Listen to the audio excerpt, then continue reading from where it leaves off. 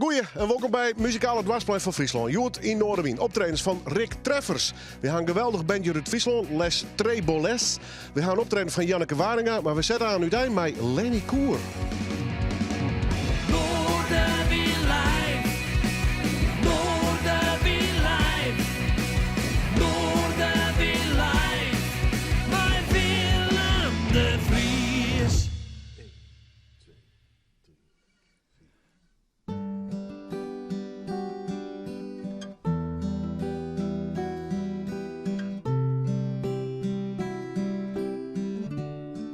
Ik ben nog steeds een troubadour. Ik zoek nog altijd naar een lied. Zoek nog altijd naar de woorden voor wat ik voel en wat ik zie. Ik wil een licht zijn in het donker, tussen alle haat en nijd. Want we gaan allemaal voorbij, alleen de liefde blijft. Ik ben nog steeds een troubadour. Ik kom, ik zing en ik verdwijn. En al ben ik soms onzichtbaar in de maalstroom van de tijd. Naar mijn eigen weg gegaan, langs geluk en langs verdriet. En ik kan tevreden zijn met weinig, maar ik kan niet zonder de muziek. De hoogmoed voor de val. De sneeuwgrens en het dal. Ik ken het allemaal. Het is een deel van mijn verhaal. Maar ik sta nog altijd aan het roer. Ik hou dit schip op koers. Ik ben nog steeds een troubadour. Soms wou ik hier weg, voor mezelf op de vlucht. Maar ik kon nooit een ander zijn, dus ik kwam altijd weer terug. En meegaan met de optocht was nooit mijn sterkste kant. En als ik het spel al spelen wou, viel ik meestal door de mand. Ik zag de halve wereld, ik ging van zaal tot zaal. En ik vond altijd weer een nieuwe weg, als alles zich herhaalt. En al lag ik soms in scherven, ook al was ik soms uitgeteld. Wat me ook gevangen hield, ik zong me altijd uit mezelf. De hoogmoed voor de val. De sneeuwgrens en het dal. Ik ken het allemaal. Het is een deel van mijn verhaal, van wie ik ben en wat ik doe. Al is het nooit genoeg, ik wil een licht zijn in de tijd, tussen alle haat en nijd. Want we gaan allemaal voorbij, alleen de liefde blijft. En ik geloof in wat ontroert, ik geloof in wat ontroert. Ik ben nog steeds een troubadour.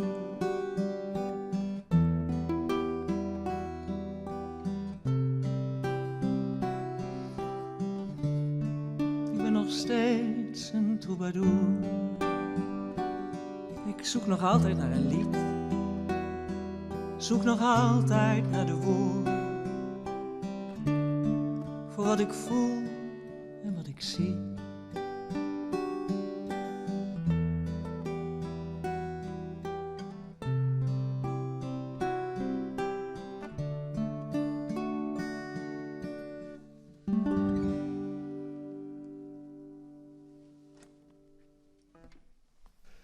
Ja, wat een mooi begin van deze aflevering van Noorderwien. Prachtig mooi feestje uitviert. Natuurlijk toch Lenny Koer.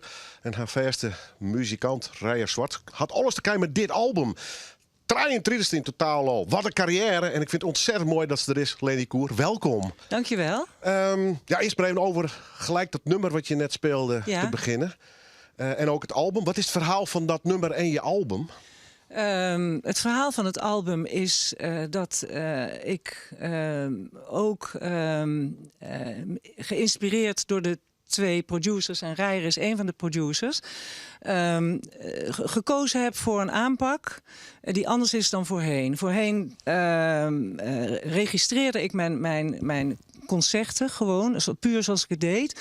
En nu heb ik het gewoon helemaal aan Reijer overgelaten om het zo te arrangeren zoals hij het mooi vond. En gelukkig wist ik dat ik dat ook prachtig vond. Dus, en de afspraak was ook dat we, behalve dan dat ik zelf schrijf, dat ook een aantal collega's voor mij zouden schrijven, singer-songwriters. En dat was ik het ook mee eens, want daarmee verrijk je je muzikale spectrum en je vocabulaire en noem maar op. En dit lied is geschreven door Stef Bos. Stef kende ik al een tijd en we hadden ooit een afspraak dat we een lied zouden maken samen. Dat is er nooit van gekomen. En toen wij met dit album bezig waren, toen heb ik hem geappt. Hij zat toen in Zuid-Afrika. Hij woont daar. En binnen een week kreeg ik dit lied. En ik was echt helemaal diep ontroerd ervan. En dan moet ik bij zeggen dat ik dacht van ja, ik zou nooit zoiets zelf hebben kunnen schrijven. Want ik ga dat nooit zeggen van mezelf. Ik ben nog steeds een troubadour. En het woord troubadour zou ik eigenlijk ook niet gebruikt hebben. Maar omdat hij het deed, kon het. En ik denk dat ook hij heeft niet alleen mij beschreven, maar hij heeft natuurlijk diep van binnen ook zichzelf beschreven. En dat vind ik wel heel mooi van dit lied. Hoe spannend was het om zoveel uit handen te geven en uiteindelijk, ja, misschien niet leidzaam, maar toch af te wachten. Wat komt er van Stef Bos straks hier? Dat zal via de mail zijn gegaan. Ja, en daar heb je gelijk. En dat is ook wel eng. Want ik vond het ook wel griezelig. Hè? Van, stel je voor dat je dan tegen iemand die heel goed is, dat je dan moet zeggen van ik vind het niet of niet, niet goed. Niet goed, maar past niet bij je bijvoorbeeld? Nee, dat is een keer gebeurd. Maar, en dat was niet omdat het lied was fantastisch. Maar er zat iets in de tekst wat ik niet kon zingen. Dus dat kan gewoon. Maar ja, Stef kent mij goed. En dan kan eigenlijk zoiets bijna niet gebeuren. Dus dat kan gebeuren. Maar dat is, in dit geval heeft het me alleen maar verrijkt. Ik vind het echt een heel mooi album. Het is een hele volle plaat geworden. Hè? Met heel veel instrumenten erbij, muzikanten erbij. Bijna een bandplaat. Dat is ook zo, ja. Bewuste keuze of is dat ontstaan? Nou ja, dan kan ik beter het aan Reijer vragen. Nou, geef Reijer dit. Nou, we hebben wel vanaf het begin gedacht van we gaan ons niet beperken in wat we gaan doen. Ja. Dus wat er past bij de liedjes, dat doen we. Ja. En of dat nou inhoudt dat het met strijkers en blazers is, of dat het heel klein is met alleen piano. Want er staat ook een liedje op wat vrij klein is. Ja, dus we hebben ons gewoon lekker mogen laten gaan. Ja, maar ook de nummers waar jullie redelijk in uitpakken, dat is eigenlijk gewoon in de studio nog ontstaan van we zien wel dus. Ja. Eigenlijk zijn we, toen we eenmaal wisten van nou, we gaan dit proberen, we gaan dit doen. Ja. Toen zijn Lenny en ik samen in mijn studiootje begonnen met z'n tweeën. Hebben we een aantal liedjes met z'n tweeën opgenomen. En dat was al meteen heel fijn. En toen... Zoals we het nu gedaan hebben. Eigenlijk zoals we het nu gedaan. Daarom is het ook leuk om zo met z'n tweeën te spelen. Ja, dat was het begin juist. Ja. En toen gewoon per liedje gekeken van nou, hoe gaan we het verder verrijken. Ja. Ik had 2 weken geleden had ik Alex Roeka en die zit net zoals jou. En ik bedoel het echt met heel veel respect, maar toch redelijk op leeftijd op een heel hip gitaarlabel. Hoe vind je dat? Dat is hetzelfde label. Ja. Maar dus normaal gesproken komen daar hippe gitaarbandjes op uit. Ja, precies. Hoe is dat? Verrassend leuk. Ja, heel erg leuk. Ja, dat is echt superleuk. En ik moet ook eerlijk zeggen dat ik nog nooit eerder zo gefeteerd heb gevoeld door een maatschappij. En dan heb ik het niet over de maatschappij, maar de mensen die daarin zijn. Want bij alle activiteiten, bijvoorbeeld ook in Paradiso, dan is de andere producer was aanwezig en die luistert bij de opnames. Er was een televisieopname is er geweest. Dus ik voel me echt gedragen door wat iedereen eigenlijk er zo bij betrokken is en ook daarin actief is. Ja. Warm bad dus. Ja, precies. Ja. Dat moet heerlijk zijn, lijkt mij. Ja, dat is heerlijk. Maar koude douche vind ik ook wel fijn. Ja. Misschien komt die nog. Ja, die neem ik zelf iedere ochtend. Dus dat hoeft niet meer dan. Is dit in het hele enorme oeuvre van je? 33 albums. Weer een hoogtepunt, ook gevoelsmatig? Dat vind ik wel, ja. Ja, ik vind dus dat het harmonisch zo mooi klinkt. Het is, de stukken zijn ook zodanig gekozen. Sommige stukken zijn ook afgevallen. Want dat gebeurt als je dus je gaat zoeken naar welke sound wordt het. En dan valt er een lied af wat je heel dierbaar is. Maar het is gewoon een album dat gewoon helemaal staat als een huis. Dat heb ik echt en de prachtige liedjes staan erop. En hoe symbolisch is het? Jouw eerste album, 1969, heette Leni Koer. Ja. En nu heet het weer Leni Koer. Ja. Ik hou niet van verhalen met cirkeltjes die rond zijn of zo. Hoor. Nee, want die waren al rond. Ja, daarom. Maar komt toch het eerste album weer een beetje terug voor je gevoel bij dit album? Er werd ook gezegd, en daar was ik het wel mee eens, van waarom zou je het een titel geven? Want ik ben de gemene deler van het geheel. Dus dat vind ik wel mooi. Dus dat je dat laat zien, dat het altijd Leni Koer is. Dus hoe het ook heet. En een hele eer om u hier in de studio te hebben. Welk nummer ga je doen? Wij gaan nu zingen, en dat is een lied dat ik samen heb geschreven met Elke Vierwijzer. Zij is de winnares van de Polifinario. En dat heet, zij tekst en ik muziek, Het komt zoals het komt. Live in Noorderwien.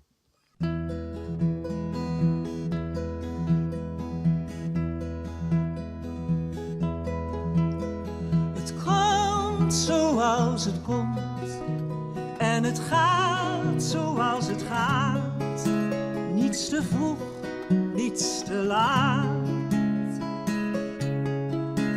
De wind, dat blijft de wind, die waait zoals hij waait. En hij speelt en draait. En je denkt te weten dat je het kunt sturen wat zal komen.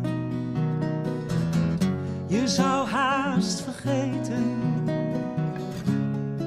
dat het anders lopen zou dan had je kunt dromen. Dan had je kunt dromen.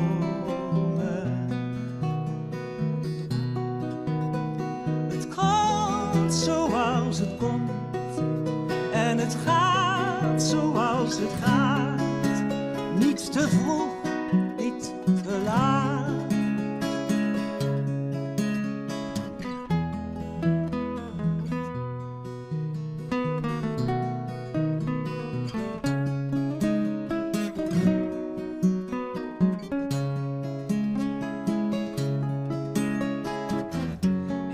Denkt te weten dat je altijd de tijd zou kunnen keren. Je zou haast vergeten dat er op je pad kan komen wat je nog moet leren. Nog zoveel om te leren.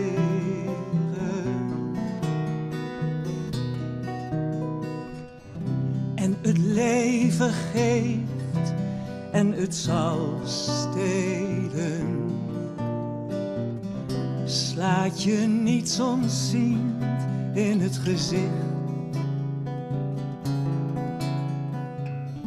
En dan onverwacht, ja zacht, zal het je strelen.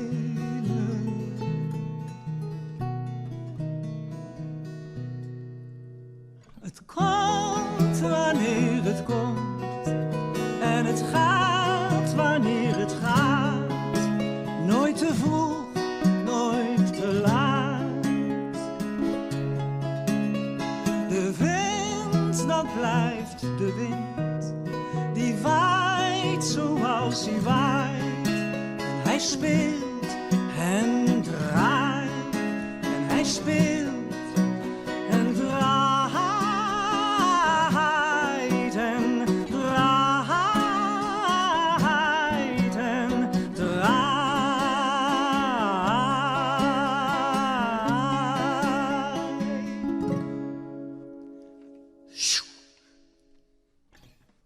Ja, fantastisch. Lenny Koer, geweldig om haar in de studio te hebben. Straks doet ze nog een nummer trouwens van haar nieuwste album. En wat een ervaring. En die stem, ja, die bloedt indrukwekkend mooi. Ga naar jonge talent. Misschien dat die ooit eens nog op een carrière komen van 50 jaar. Zo samen kinderen. Ben in ieder geval liefhebbers. Ze komen uit Friesland bij. En na je week er een oorstudeerconcert van D-Drive. Er komen 2 bands in. En Los Treboles, als ik het goed uitspreek, is er een van. Ze ben bij hun achter. Ik doe even een rondje. Hoe is het? Ik ben Lucian Verrij, bassist. Ik ben Max Krol, gitarist. Ik ben Rens van der Kooi, gitarist bij Los Treboles. Ik ben Florian de Vries en ik ben pianist. Nou, ik zie eigenlijk achter op het podium kom ik in, dames en heren. Want ik wil ze al wel even voorstellen. Hoe is het? Ik ben Nelson en ik speel Guira. Danny van der Meij, timbalist.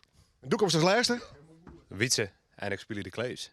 En doe best Jesse. Jesse Intema en ik speel de conga's en bongo's. En doe studeert al. Ja, zeker. En ik heb er zin in. Hoe best je bij kamer? Ik bedoel, zit op een teasy mannen bij de koffie. Je denkt, ik wil lekker, nou wat is het? Cubaanse. Ja, het is Cubaanse muziek. Cumbia nemen we het. We zijn erachter gekomen toen ergens in een zomervakantie. En het is altijd gewoon een keer het is gewoon blauwe hingy. En toen dacht ik op een gegeven moment van ja, dit is zo fantastisch. Je moet ik mijn eindexamen naar het wan natuurlijk. Ja. Net de makkelijkste opgave. Dit is best pittige muziek. Ja, het is iets heel nice. En heel veel mensen kennen het ik nog net. En daarom is het zo hartstikke leuk dat we dit hier ik maar het wan. Ja. Nou, ik hoop dat er heel veel mensen opkomen. Want het is natuurlijk lekker om te swingen natuurlijk. Ja. Bent besteden nummers, hij noemen skreun. Ja, het zijn bestaande nummers. Wij arrangeren de nummers wel een beetje. Maar dat is hartstikke leuk man. Ja. Hoe heb je dit erin gekregen? Hele proefoefening, denk ik. Het is een heleboel te oefenen en beeld lustrie en onderziekje en ja. Het is vooral hartstikke leuk, dus dat helpt ik gewoon. Ja. Het is instrumentale muziek. Mist de stem net? Ik net trouwens, ja. Maar ben je daar nog mee bezig geweest of is dit het gewoon? Ik heb voor de 22e heb ik wel een zangeres, Denise Rivera, geregeld. Dus dat is... niet de minste? Niet de minste, zeker niet. Nee, en ik wil nog wel... we willen het wel instrumentaal houden, maar het is wel leuk als er af en toe natuurlijk even een zanger of zangeres bij komt te zijn. Dus het is wel de bedoeling dat hij nog giet komen. Ja. Hoe groot is dit genre op de vrouwen, zeg maar? Hier in Nederland is het een beetje een niche hè, van de liefhebbers. Ja, het is op de vrouwen. Ja, ik denk dat ik wel een beetje niche op de vrouwen is. Ik jij er net heel veel mee genoer. Echte liefhebbers. Echte liefhebbers, ja maar ik voor de meesten. Het is eigenlijk voor iedereen, omdat als dit juist dan ben je gewoon gelijk in de zinnen en op het strand en in de simmer. Dus het is helemaal fantastisch. Het is voor iedereen. Neem eens mij. Hoe heet het eerste nummer? Het is La Danza de los Mirlos.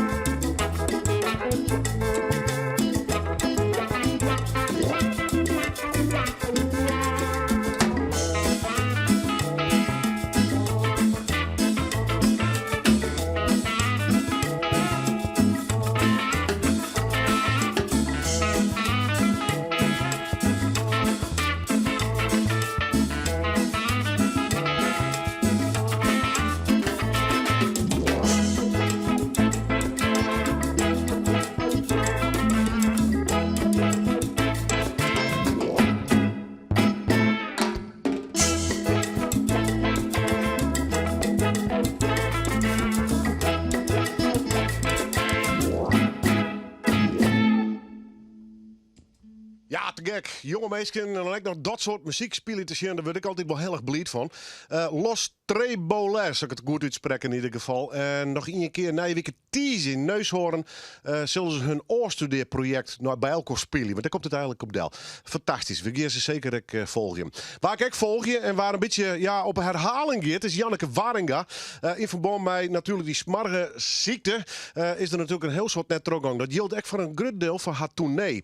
Dat om dit cd'tje eigenlijk de hele vaststelling verlet. Janneke. Goeie. Hoi. Leuk is de best.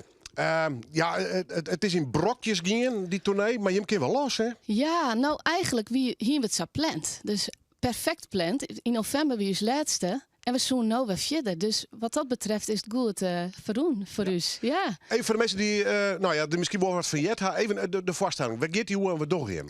Ja, nou, verlet staat voor het verlangen, behoefte van heel veel dingen. Dat is heel uiteenrennend van grutse dingen, van hoop, van leefde, maar ik van hele liedse dingen. Van waar je het terras kennen, waar je het theater kennen. Ja, waar iedereen maar verlet van het. Daar hebben wij alle vestjes van bij elkaar voen. Als het zelf bord mist, ik bedoel het uitgaan, een concert gaan en ik het spelen natuurlijk. Hè? Dus hij is altijd weer misschien zo plant, maar het lijkt al die was stil. Hè? Tuurlijk, het lijkt stil en we wonen weer aan de slag.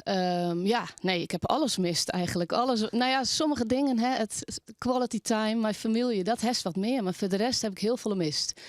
Maar het kan weer, dat is heel fijn. Je had toen een paar nummers opnamen. Je had een verste playlist natuurlijk. Maar ben er intussen weer vestjes bij komen? Of liet je met voorlopig zaaien? Ja, nou op de cd staan inderdaad een paar vestjes.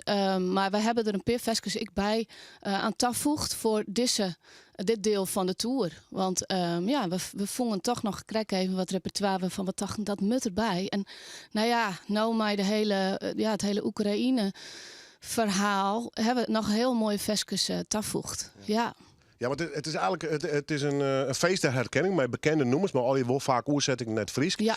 Maar jou had ik wel een hele warme gevoel. Hè? Dus zeiden ze toen al vanwege de pandemie. Jou dat misschien wel wat treest. Ja, dat is haast in op in kopiëren op dit stuit naar die smart oorlog. Hè? Ja, nou inderdaad. We hebben merken, het eerste deel van de tour, van dat het echt hoop en troost joeg aan de mensen die in de zaal zitten. Dat iedereen er wel wat in herkende. Ja, en nou maar dat nijrepertoire merken wij dat het zo volle der ik mij te meidje het en dat het ik weer kracht jouwt om verder te gaan en misschien al de schouders eronder te zetten om mensen te helpen. Ja. Wordt dit een vaststelling die gewoon bestaan bloedt en constant onaanpast wordt? Nou, het houdt een keer op. Dit jaar gaan we nog terug. Tot en met december hebben we nog voorstellingen staan. Joch december, Zuid-Holland is de allerlaatste. En dan gaan we verder. Dan gaan we wat roost aan. Oké, ben je wel trots, toch? Jazeker, dit bevalt heel goed met z'n fjouwen. Neem even de plakken, ben je hem nog heen? Wij spelen in Makkum deze maand nog. In Balk, in Wier. Wij gaan naar Rottevallen. Heel Friesland toch? Ja, nee, heel Friesland toch. Tot een lawaai ontdaan. Dus echt, hebben we heel volle zin in. Misschien precieze data willen we maar even wijzen. Er is vast een site of een social media pagina. Ja, ze kennen op mijn website Shen of social media Janneke Waringa of Layan Music. Dan vinden ze dat ik. En mijn website is layanmusic.nl. En Layan is mijn dubbel N. Even door de muzikant is mijn hamast. Waar speel je aan zijn meidie? Peter van der Zwaag, die zit achter de vleugel. Elske Vekkes is de orenzangeres. En Andrea Meijer speelt het cello. Live in Noorderwien. Janneke Waringa en Verlet.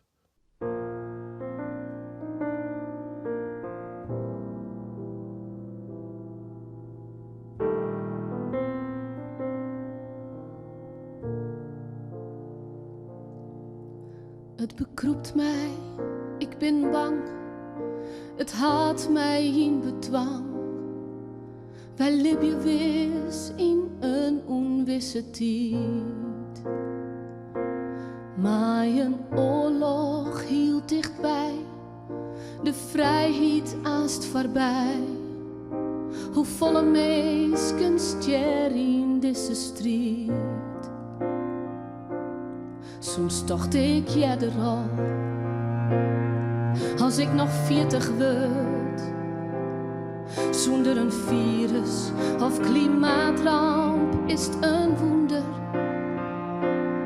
Maar maar troch de bommen, stroep de wraad volslijn de roende. Ze zweven boppen uurs en rijdt je alles heut. Dan word ik bang, komt de paniek en wil ik vlechtje. Maar zat wij alle keer wel witten, vlechtje kin het meer. Maar mij alle nooit van nou, mijn grootste triest, ja, dat bestaan. Dat meen ik echt, al door gebeelden en berjochten, u saceer.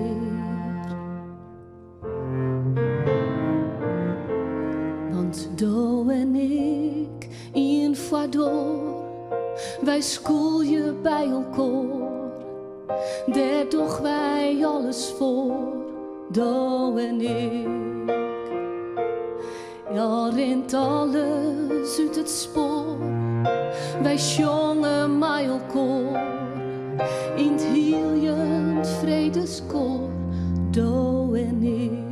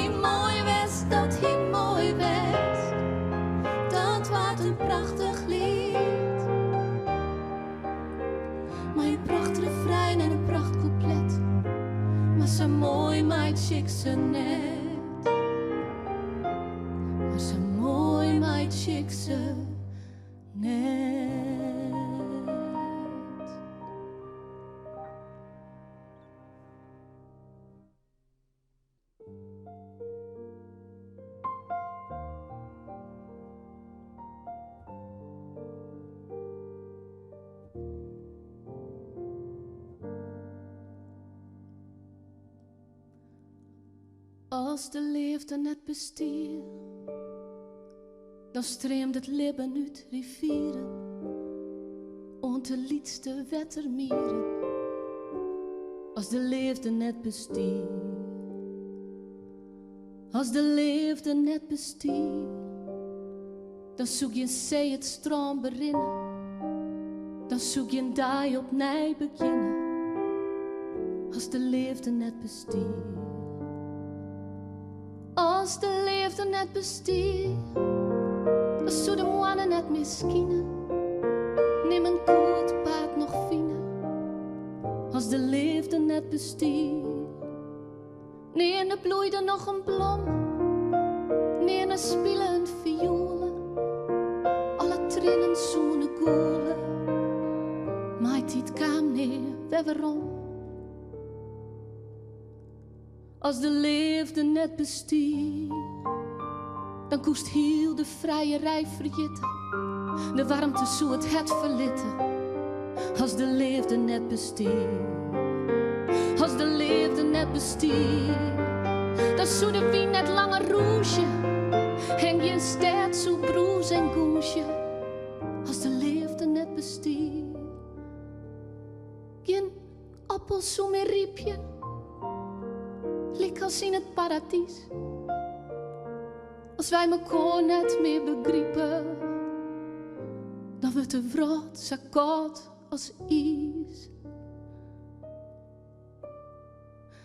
Ja, alles wie voorgoed voorbij. En mijn adem zo bevriezen. Zo ik die liefde verliezen. Er is geen liefde zonder die.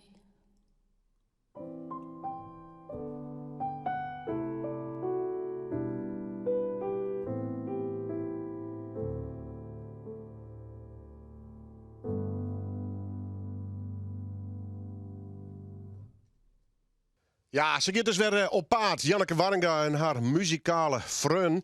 Ze ook even bij haar op een site werd ze precies speelt.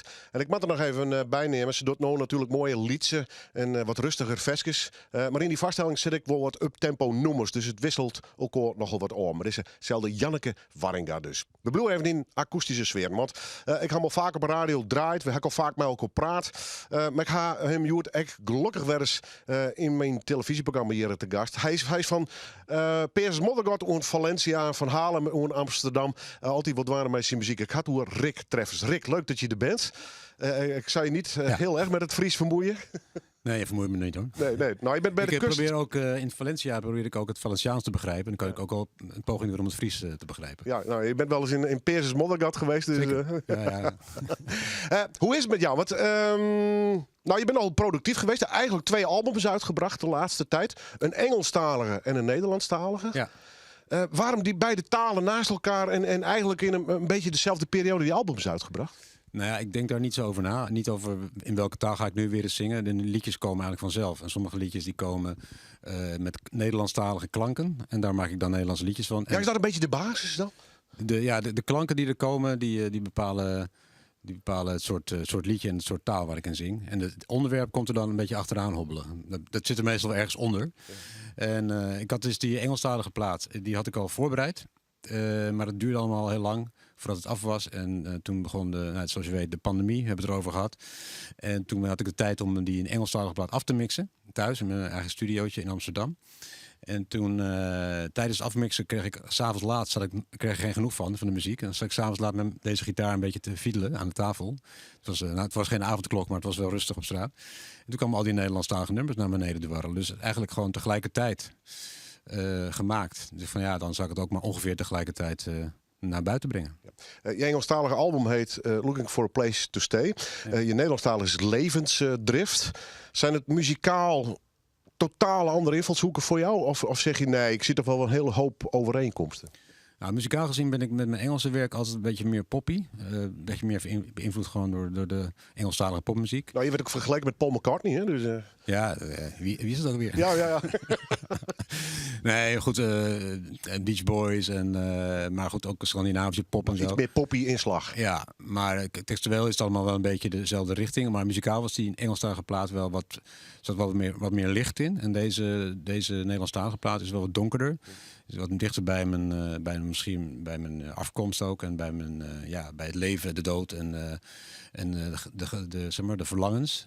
En deze Nederlandstalige plaat is ook een beetje bewust zonder drums en bijna ook geen bas opgenomen.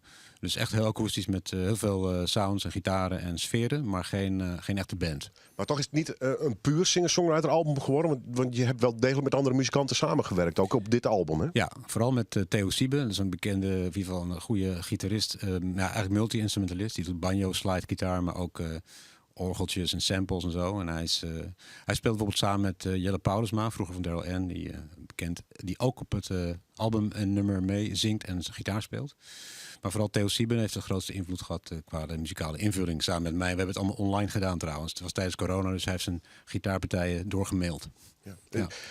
Eén geheel, wil dat? Om dat er nog van te maken als je zo via internet met elkaar communiceert? Geen probleem. Ja, nee. Ik loop al 30 jaar te klooien met 4-sporen recorders en tegenwoordig met opnameapparatuur. En ik ben gewoon ook, ik ben ook mijn eigen producer. Dus, en hij heeft gewoon een heel goede kwaliteit spullen.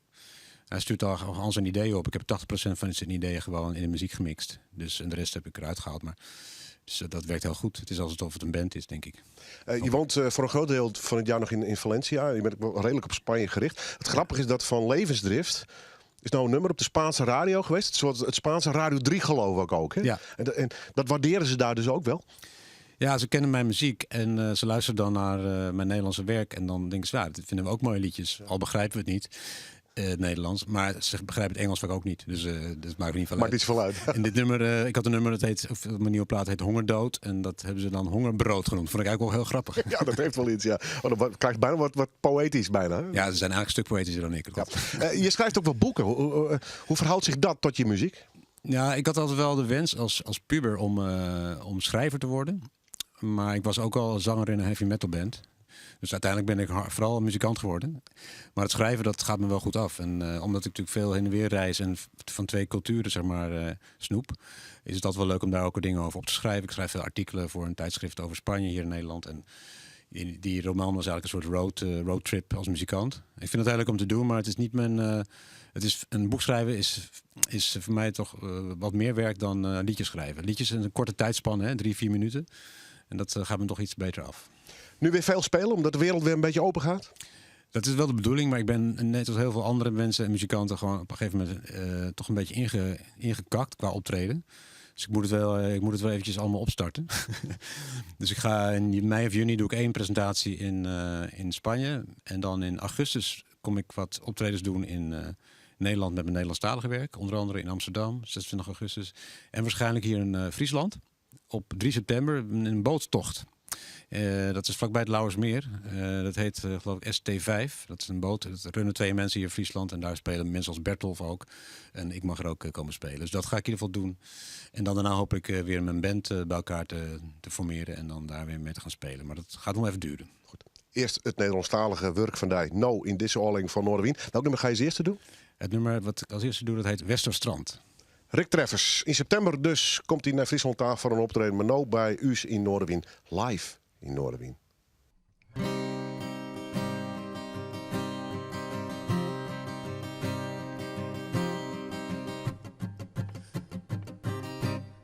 De liefde is groot, onomvattelijk. Ik maak er graag woorden aan vuil. Want dat wat abstract is of niet makkelijk, daar houdt zich iets wezenlijks schuil. Toen ik je vasthield op het Westerstrand, verdween de wereld als sneeuw voor de zon. Het duurde uren, maar in mijn herinnering kwam het ten einde voordat het begon. Het leven gaat door, het is een harde les voor wie de liefde niet voelt. We pretenderen en we doen ons best, al waar is dat op de wetenschap, op modellen of een trend. Al geeft de liefde zich geen rekenschap van dat wat men al kent.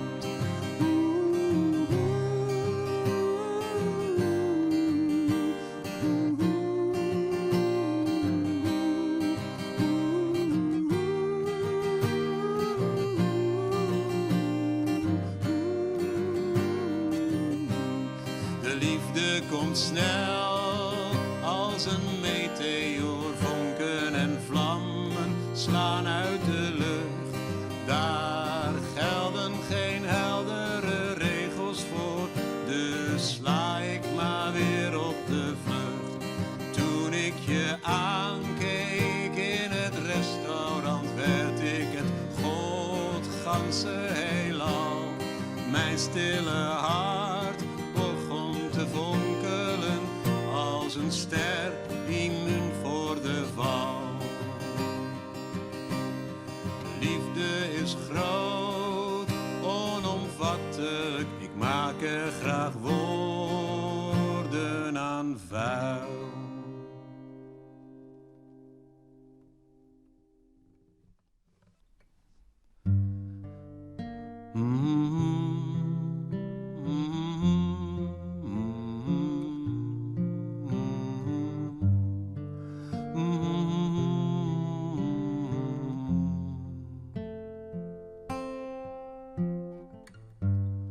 In de stad kan ik dromen van tijden die nog moeten komen en gaan. Achter gevels en muren zie ik ze stromen, daar krijgen mijn gedachten ruim baan. Ik ben geboren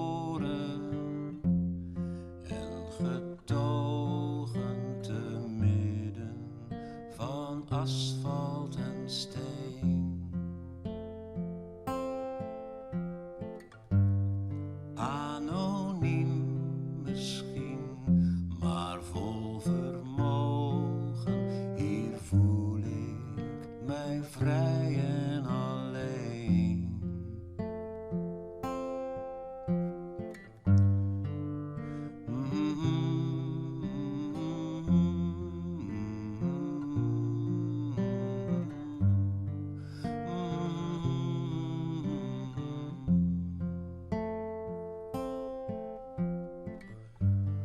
In de stad zie ik bochten en bogen, ik kronkel erdoor als een slang.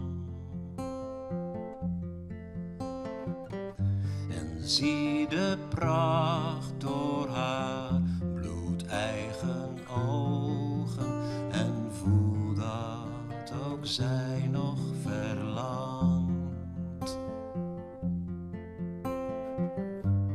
Via bruggen kan ik over water lopen en hopen dat ik de liefde hervind. Op de markt is van alles te koop. Oh, wat houd ik van dit labyrint. In de stad kan ik dromen van tijden die nog moeten komen en gaan.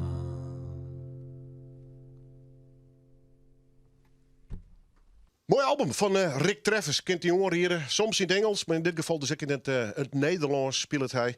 De man van Valencia, Amsterdam, Haarlem en Peerses Moddergod. Ja, die combinatie die mag maar eens goed onthoren. Wij beginnen nog een keer naar Lenny Koer en Rijer Zwart. Maar is beiden binnen hier te gast in verband met dit album. Zodat ik Friesland hoor voor een aantal optredens. Lenny, even over. Je bent al zo lang onderweg. Is het nog steeds leuk, spannend, dat je denkt... yes, ik mag naar Paradiso, maar ik mag ook in een klein kerkje ergens in Friesland spelen? Het maakt me eigenlijk niks uit. Paradiso vond ik gewoon een kick. Het was echt kicken daar, hè, met het hele grote orkest en op die plek. Dat wordt ook nog uitgezonden op tv, geloof ik. Ja, maar weet je wat het is? Als ik sta te spelen, ook in een kleine gelegenheid... en je voelt gewoon hoe de instrumenten samenkomen... de enorme plezier wat je hebt als je muziek maakt met elkaar... en op zo'n niveau dat je dat kunt blijven doen... En ook met die mensen die heel dichtbij zitten. Dus ik vind het ook heel soms prettig om kleinere gelegenheden op te treden. Heel dichtbij dus? Ja. Weet je, ik ben dan niet minder gelukkig op zo'n moment dan in Paradiso. Dat is gewoon een ander soort geluk. Dan denk je van wauw, dat ik dit nog heb kunnen doen. Of weet ik veel, wat voor gedachten je hebt. Maar als je gewoon optreedt, dan gaat het gewoon alleen het gaat altijd om het moment zelf. Ja. Net zoals nu ook, weet je wel. Dan is dat gewoon het leukste van de wereld. Ja. Wordt het moeilijker of juist niet? Je bedoelt met een groot orkest? Ja, ook door de jaren heen. Met ervaring. Dat is juist zo raar. Ik snap het ook niet hoor, maar het gaat me gewoon makkelijk af. Ja. En ik heb geen... Nee. Als dat zou zijn, weet je, dat je op je tenen moet lopen of zo... dan zou ik dat ook niet graag willen. Ja. Maar het is gewoon zo fijn om te doen. Ja. En ook de samenwerking, we hadden al even genoemd... de beide producers vanuit Excelsior, Frans Hagenaars en je buurman hier. Ja. Maar ook met Stef Bos heeft een nummer geschreven... maar je bent ook samenwerking aangegaan met Spinvis bijvoorbeeld. Ja, die hebben ook een te gek nummer geschreven. Erik heeft dat gedaan, Erik de Jong. Ja. Dan denk je van, hoe kan het? Weet je, dat ze je zo goed lezen, dat ze je zo goed begrijpen... en het zoiets op je lijf kunnen schrijven. Nou, Elke Vierwijzer heb ik genoemd. Ook mijn dochter heeft prachtige stukken geschreven op het album. Ja, en ik zag nog een tekst van Herman Pieter de Boer. Ja, dat is inderdaad... Eerbetoon? Ja, Herman Pieter de Boer, met hem, dus hij was mijn partner... maar we hebben honderden liedjes gemaakt samen. Ja. Maar hij was ook de stiefvader van mijn kinderen. En... Eén dochter van mij, die kan ontzettend goede liedjes maken. En ik ben ontzettend trots dat destijds, het liedje bestaat dus al... destijds heeft Herman, ik noem hem even Herman... heeft Herman een tekst gemaakt op Daphna's lied. En het is zo gelukmakend dat hij met haar op mijn album staat... en dat ik het zing. Het is voor mij echt een soort kroon op het album. Dankjewel voor een prachtig album. Bedankt jullie twee alvast dat jullie hier zijn vandaag. Jullie gaan nog één nummer doen. Welke? Ja, Met lege handen. En dat is het lied van Elke en van mij. Elke Vierwijzer en mij. Live in Noorderwien.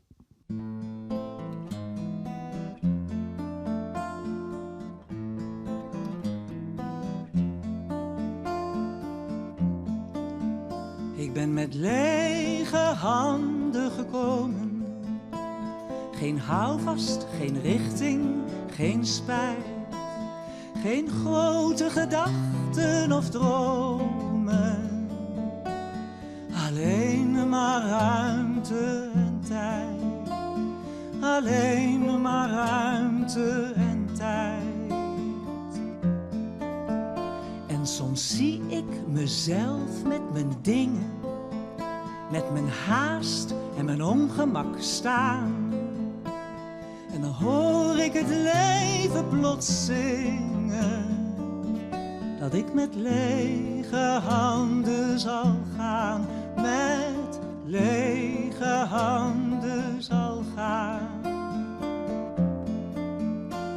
Dan zie ik ineens hoe star en krampachtig ik tracht om de mensen, de spullen, de tijd te grijpen. En hoe ik volslagen onmachtig voel dat het me steeds weer ontglipt en ontglijdt. Ik weet wat er langskomt, ik mag ernaar kijken van veraf. En soms wonderbaarlijk dichtbij.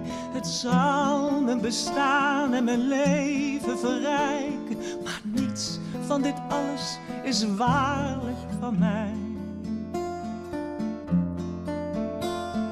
Niets van dit alles is waarlijk van mij. Het klinkt voelt misschien eenzaam, verlaten of leeg. Maar dat je het leven en verder niets kreeg, dat maakt je zo grenzeloos vrij. Niets van dit alles is waarlijk van mij.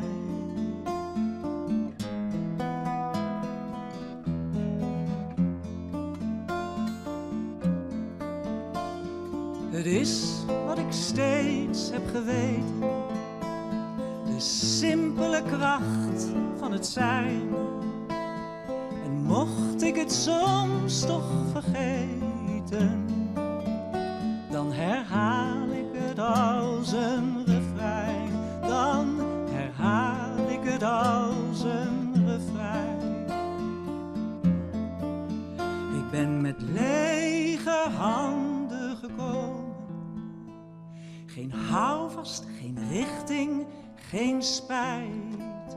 Geen grote gedachten of dromen. Alleen maar ruimte en tijd. Alleen maar ruimte en tijd.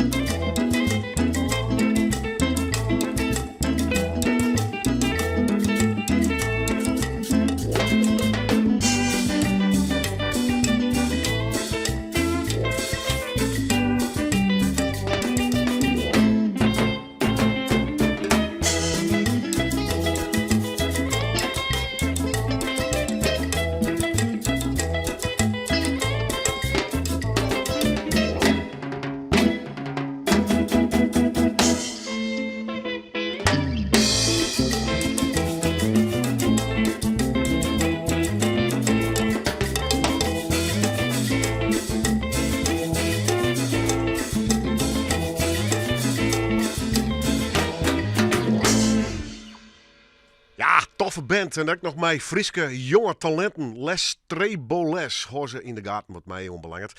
Zet er haast op. We doen nog hier een live nummer. Voor het mij onbelangrijk alvast na je weken. Ben we de wet met Noorwien. Dit wie het. Bedankt voor het zien en hartje. En we gaan naar een nummer nog van Rick Treffers. Hoi. La la la la la la la la.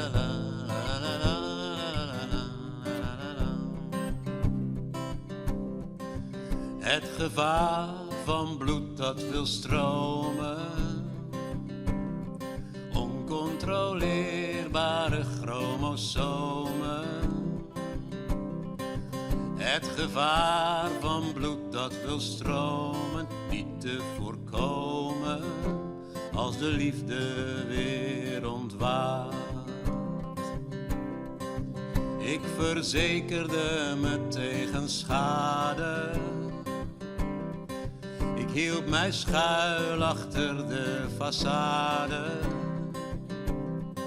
Ja, ik sloeg het leven gade in de hoop dat goede beschutting gelukkig maakt.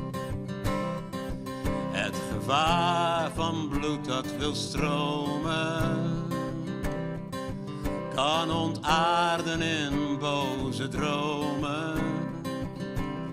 Het hele leven is onvolkomen, dus waarom schromen? We eindigen allemaal naakt. La la la la la la la la la la. In jou wilde ik verdwijnen, mij verlossen van de pijnen. Vol gas razen buiten de lijnen, door rode seinen, in een roes van vertier en vermaak. Was het maar zo ver gekomen, dan had ik nu afscheid genomen van die dodelijke voorzichtigheid en de heelmeester die mij zachtjes steeds pootje haalt. Het gevaar van bloed dat wil stromen, als de ouderdom begint te komen, als alle luiken plotseling open gaan en op golven van tranen het hart in de roos wordt geraakt. Het gevaar van bloed dat wil stromen, het gevaar van bloed dat wil stromen, het gevaar van bloed dat wil stromen, niet te voorkomen als de liefde weer ontwaakt. Na na na na na na na